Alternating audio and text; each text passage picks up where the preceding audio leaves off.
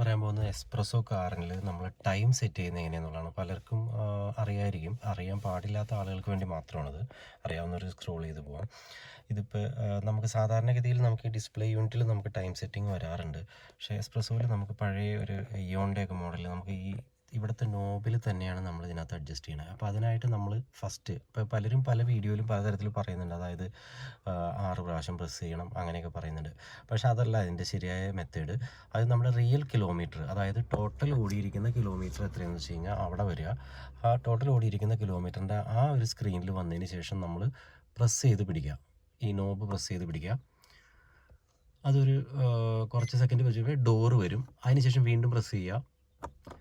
അപ്പോൾ ലൈറ്റ് വരും, പിന്നെ ക്ലോക്ക് വരും. അപ്പോൾ ഈ ക്ലോക്ക് വരുമ്പോൾ ക്ലോക്കിൽ നമ്മൾ പ്രസ് ചെയ്ത് പിടിച്ച് കഴിയുമ്പോൾ ടൈം കാണിക്കും. അപ്പോൾ അതിനകത്ത് നമ്മൾ ആ ബ്ലിങ്ക് ചെയ്യുന്നത് ഇപ്പോൾ അവറാണ് കാണിക്കുന്നത്. അപ്പോൾ ആ അവറിൽ നമുക്ക് ഈ നോബിൽ തന്നെ പ്രസ് ചെയ്തിട്ട് നമുക്ക് മാറ്റാം. അതിനുശേഷം അത് നെക്സ്റ്റ് ബ്ലിങ്ക് ചെയ്യും. അപ്പോൾ അതിനകത്ത് സെക്കൻഡുകൾ നമുക്ക് മിനിറ്റുകൾ നമുക്ക് മാറ്റാൻ പറ്റും.